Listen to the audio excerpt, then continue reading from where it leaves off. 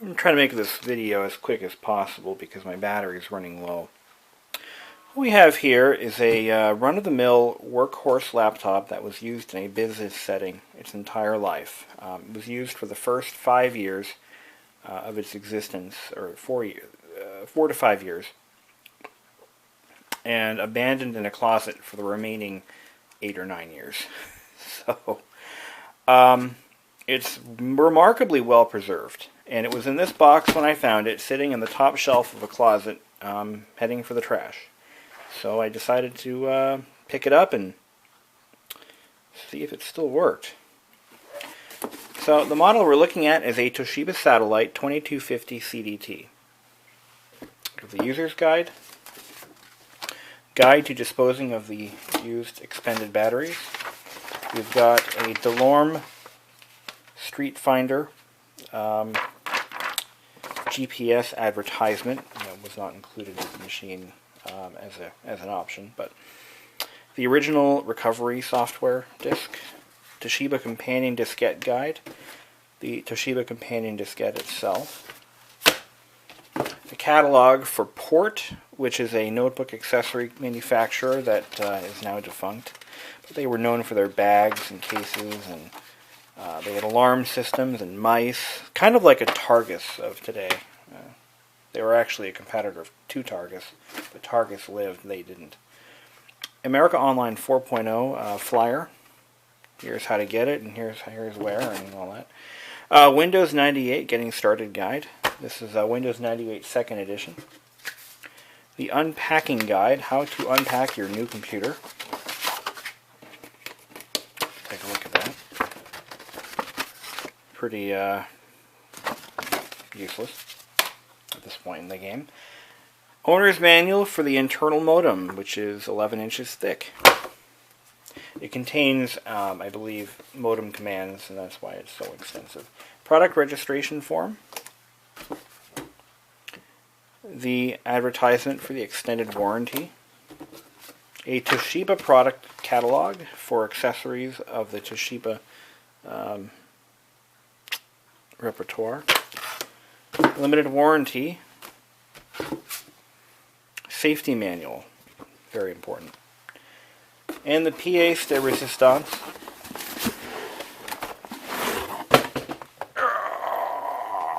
The incredibly heavy Toshiba Satellite itself. Let's put all this away. First, I'm going to go over all the specifications, and then we're going to talk about what makes it so special or not. So this unit here is a Pentium 3 600 powered, Celeron 600 megahertz powered laptop with a 6 gig hard drive originally, 64 megabytes of RAM, a 13-inch active matrix LCD panel supporting a resolution of 800 by 600 natively, built-in AcuPoint eraser head mouse, and just as a side note, Toshiba, Compaq, AST, IBM, could be missing a few others, but they were the main manufacturers that adopted the eraser head mouse, and Dell at one point used them too.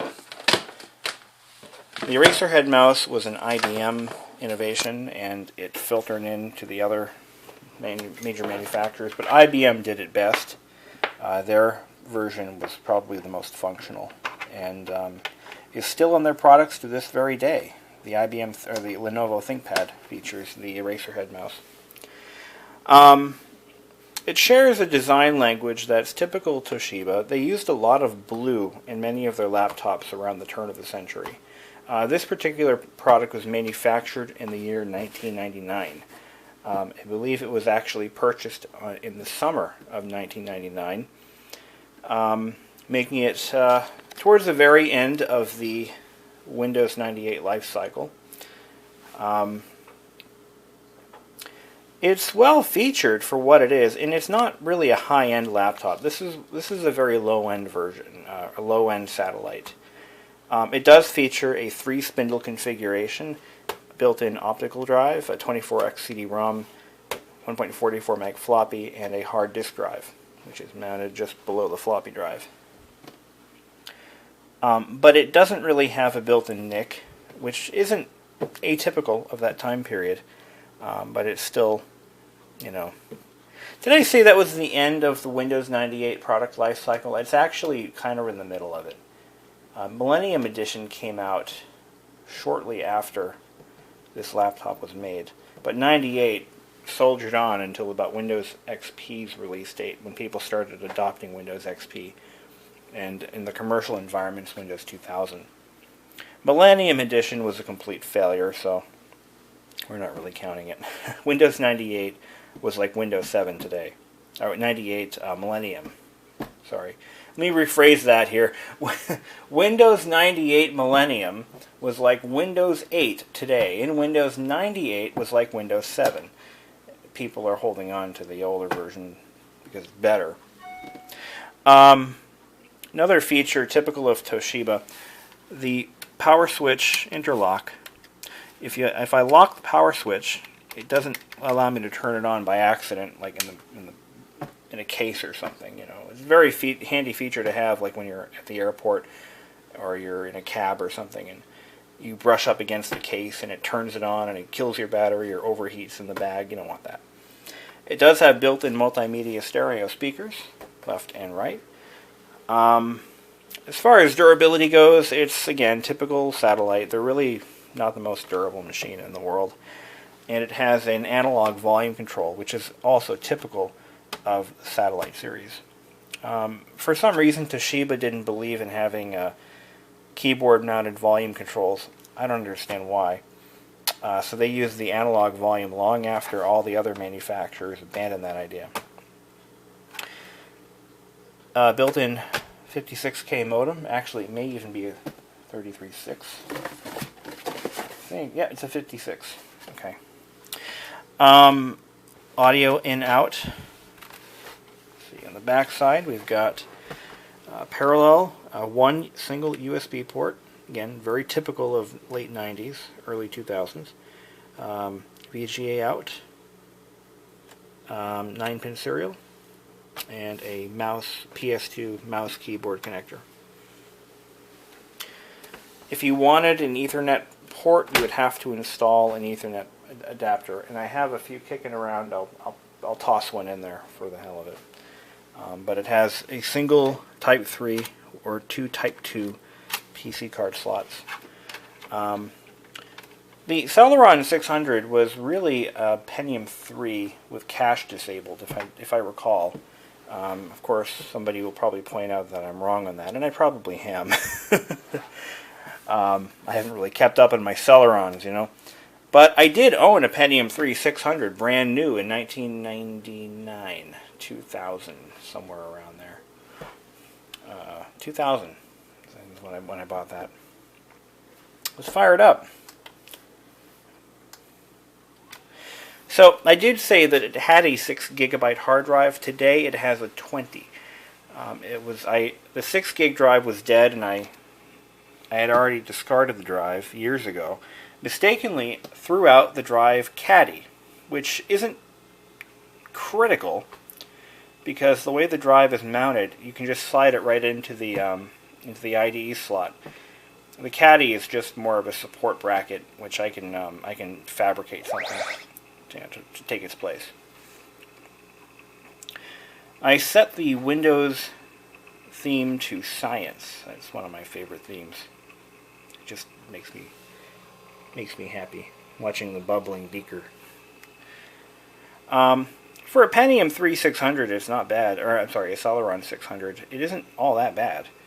I could see running this, if I needed to. A lot of laptops sold around this time period were used as kind of in conjunction with a desktop. And it was these 3 spindle laptops that really got laptops into the desktop replacement field.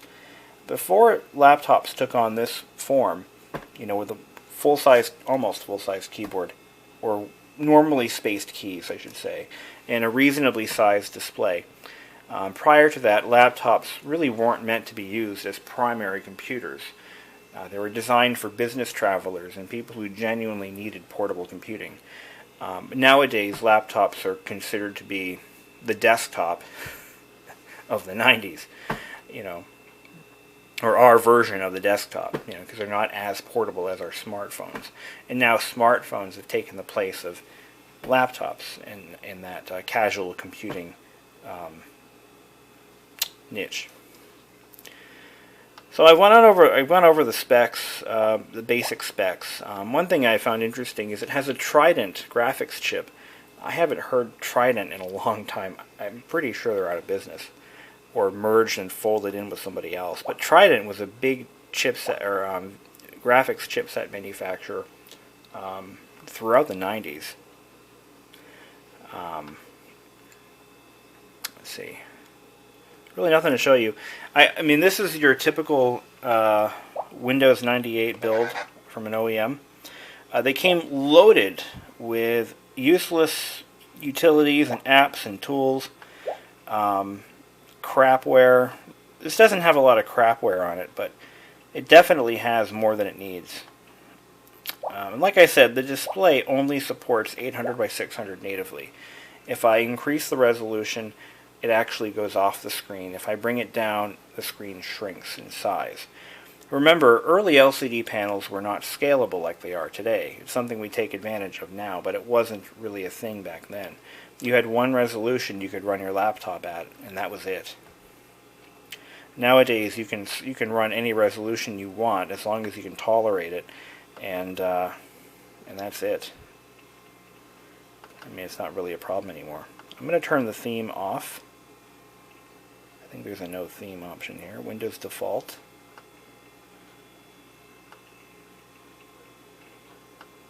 And I'm going to set the background to the Toshiba background, which is really interesting.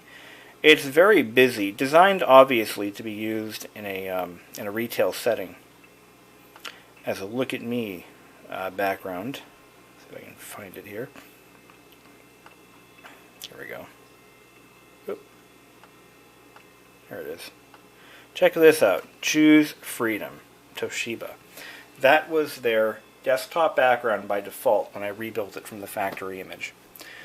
Let's take a look at these excess icons. We've got My Computer, Outlook Express, Easy Internet Sign Up, Toshiba Registration, Connect to the Internet, My Documents, Internet Explorer, Toshiba Accessories, My Yahoo for Toshiba, Recycle Bin, Toshiba Owner's Guide, User's Guide, Setup for Internet Explorer, Toshiba Software Offer,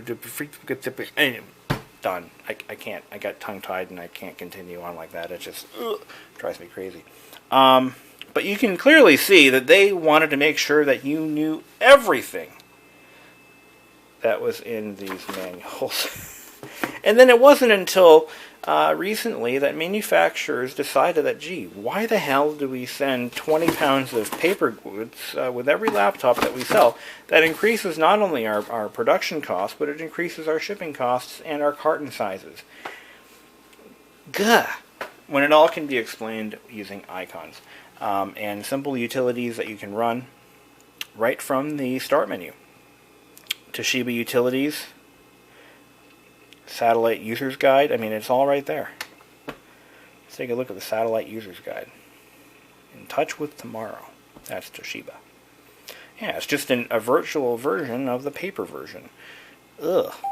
But nowadays, you won't find this kind of stuff included with your new laptop. I think Apple was one of the first companies to really slim down their packing and the amount of excess materials or paper goods to be included with them.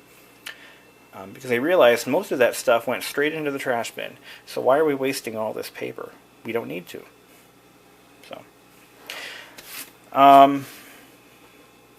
So anyway, what else can I show you guys? So there is no brightness control on the keyboard, but there is a brightness control that can be configured using the Finesse utility, which allows you to remap certain keyboard functions. Another thing Toshiba really didn't include with their machines that drives me crazy is brightness control. There is no knob, button, nothing. There are no keyboard commands. You have to set that up manually if you want to raise or lower the brightness. And here's another interesting tidbit. When I go into the properties of my computer, you'll notice that the processor is incorrectly identified as a Pentium. Oh, it doesn't show it here. But it's incorrectly identified as a Pentium 3, and I believe that's because the Celeron was still a fairly new chip back then. Now the Celerons came in 300, 400, 600, or 350, 450. There's a whole line of them from this time period. The 600 was considered a firestorm of computing power. It was a very nice chip, as nice as a low-end processor can be. But it wasn't that far off performance-wise from a Pentium 3 600. In fact, let's try to run some stuff on it and see what it. Driver is one of my favorite computer games. I used to listen to, like Bob Marley or Sting or The Police or whatever CD I had just gotten that week, and I would just sit around after school and I'd play Driver. I had to stay home and watch my sister, so I couldn't go anywhere. And God forbid I actually babysit the kids. So, anyway, I would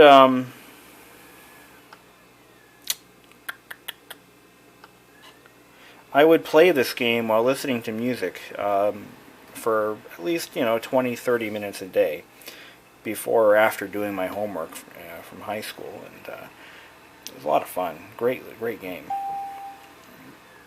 Alright, so let's do this. Restart. I'm going to go charge my battery. I'm going to finish the install and we'll see how it. Well, it looks like we're having issues running anything that requires Direct 3D. Or, was it Direct 3D? Let's see.